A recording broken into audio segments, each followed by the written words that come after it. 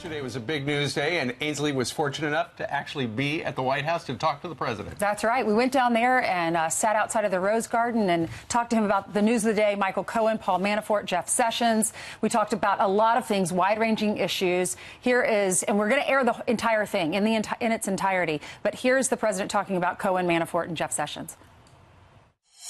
Mr. President, thank you so much for sitting down with me. How are you doing? I'm doing great. We had an incredible rally last night in West Virginia. It was beautiful, a tremendous crowd, and I think we're going to win a race, a big race over there. And I guess you could say that our numbers in winning, whether it's for the Senate or for Congress or for governor, has been very good. How is our country's first lady doing, and how are your children? She's doing great. She's a terrific woman. She goes through a lot with all this publicity, but she's a terrific woman. She's doing great. How do you handle all of that? Well, it's part of my life. I guess my whole life has been this way. Somebody said, oh, gee, this is always such controversy. And I don't know, I've always had controversy in my life, and I've always succeeded. I've always won. I've always won. It was controversial when I ran, and I won. And now the country is doing better than it's ever done. You know, we have the best economy we've ever had in the history of our country. And more jobs today, literally today, we have more jobs, more people working in the United States than ever before in the history of our country. Black unemployment, Asian unemployment, women unemployment, Hispanic unemployment, historic lows. It's been an amazing thing. And, you know, unfortunately, the media never covers that. They don't like to cover that kind of thing. They like to cover nonsense. Right. But it's one of those things. Well, speaking of yesterday, huge news day. There's a lot breaking today as well. Michael Cohen, tell me about your relationship with him. Well, he was a lawyer for me for one of many. You know, they always say the lawyer, and then they like to add the fixer. Well, I don't know if he's a fixer. I don't know where that term came from, but he's been a lawyer for me, didn't do big deals, did small deals, not somebody that was with me that much. You know, they make it sound like I didn't live without him. I understood Michael Cohen very well.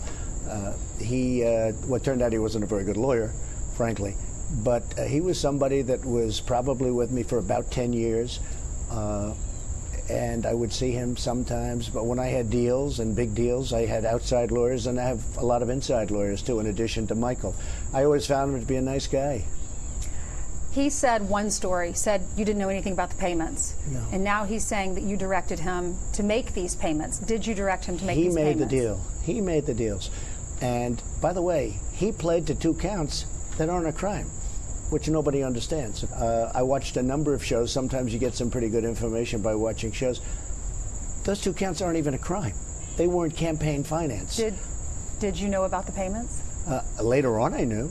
Later on. But you have to understand, Ainsley, what he did, and they weren't taken out of campaign finance. That's a big thing. That's a much bigger thing. Did they come out of the campaign? They didn't come out of the campaign. They came from me, and I tweeted about it. You know, I don't know if you know, but I tweeted about the payments, but they didn't come out of campaign. In fact, my first question when I heard about it was, did they come out of the campaign? Because that could be a little dicey. And they didn't come out of the campaign, and that's big. But they weren't. It's not even a campaign violation. If you look at President Obama, he had a massive campaign violation, but he had a different attorney general, and they viewed it a lot differently. You know, we have somebody that they seem to like to go after a lot of Republicans, but he settled his very easily. In fact, I put that out fairly recently. So Obama had it. Other people have it. Almost everybody that runs for office has campaign violations. But what Michael Cohen pled to weren't even campaign related. They weren't crimes. Why is he doing this? Because he was your attorney. Because he made a great deal. Because he was in another business totally unrelated to me, where I guess there was fraud involved and loans and taxi cabs and all sorts of things. Nothing to do with me, because he had an outside business. He worked for me. You could really say it was more or less part-time. He had other businesses. He had other clients.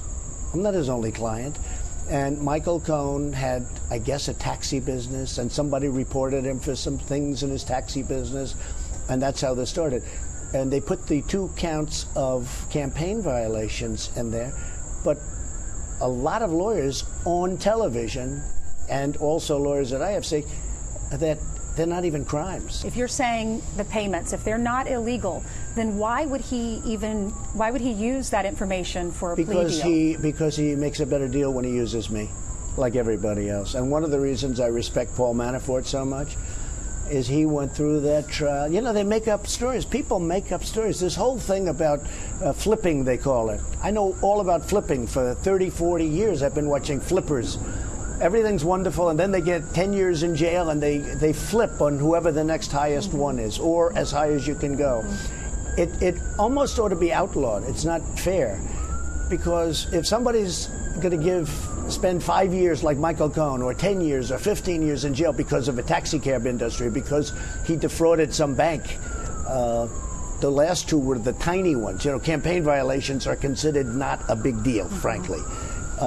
But if somebody defrauded a bank and he's going to get 10 years in jail or 20 years in jail, but if you can say something bad about Donald Trump and you'll go down to 2 years or 3 years, which is the deal he made, in all fairness to him, most people are going to do that. And I've seen it many times. I've had many friends involved in this stuff. It's called flipping, and it almost ought to be illegal. You get 10 years in jail, but if you say bad things about somebody, in other words, make up stories, if you don't know, make up stories, they just make up lies. Alan Dershowitz said, compose, right? They make up lies. I've seen it many times. They make up things, and now they go from 10 years to they're a national hero. They have a statue erected in their honor. It's not a fair thing, but that's why he did it. He made a very good deal. I mean, for what he did. But I'll tell you that somebody made a better deal. Awand, the IT guy for Schultz, Congresswoman Schultz. He had all the information on Democrats. He had all the information on everybody. He went to jail holding the hands of the Justice Department and the FBI. They sat there together. They were smiling and laughing. And he got nothing. And he stole money. And he had more information on corruption of the Democrats than anybody.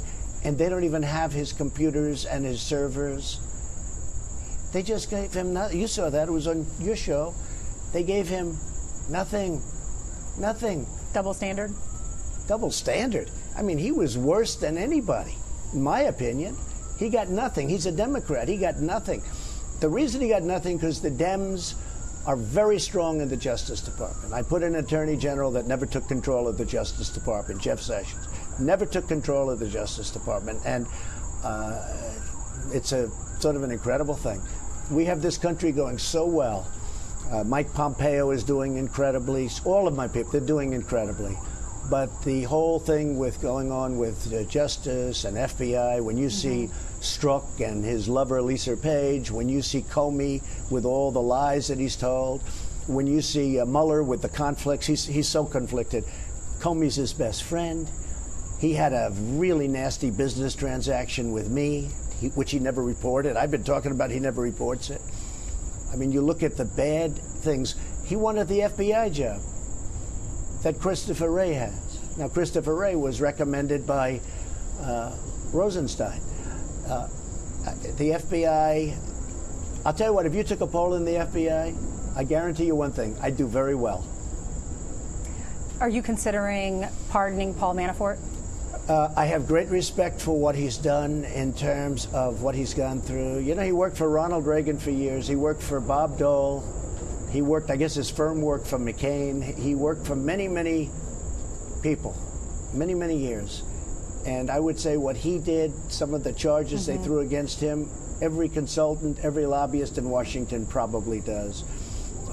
If you look at Hillary Clinton's person, you take a look at the people that worked for Hillary Clinton. I mean, look at the crimes that Clinton did with the emails, and she deletes 33,000 emails after she gets a subpoena from Congress.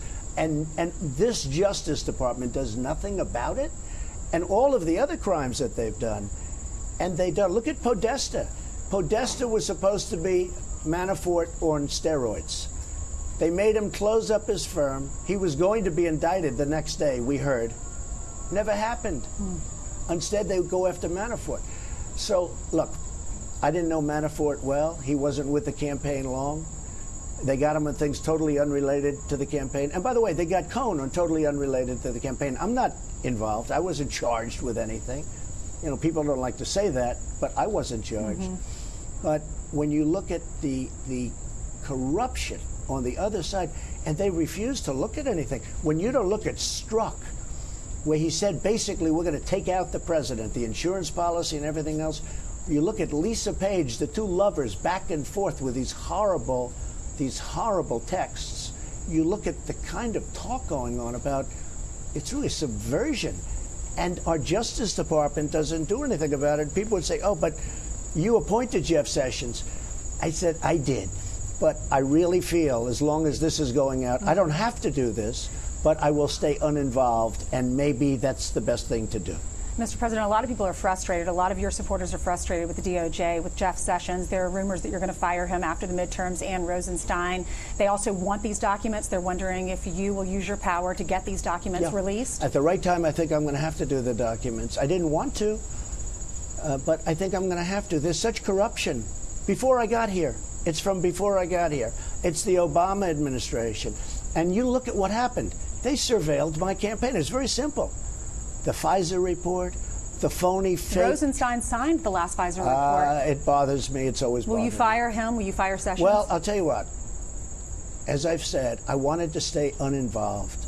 But when everybody sees what's going on in the Justice Department, I always put justice now with quotes, it's a very, very sad day. Jeff Sessions recused himself, which he shouldn't have done, or he should have told me.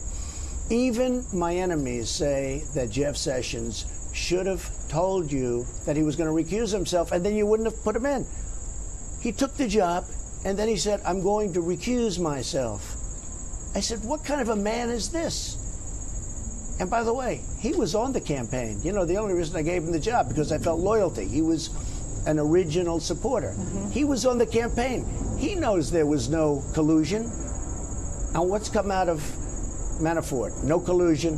What's come out of Michael Cohen? No collusion. This is stuff that they got. Right. How about with Michael Cohen, in all fairness to him, they raid his office at 6 o'clock in the morning? And how about with Manafort?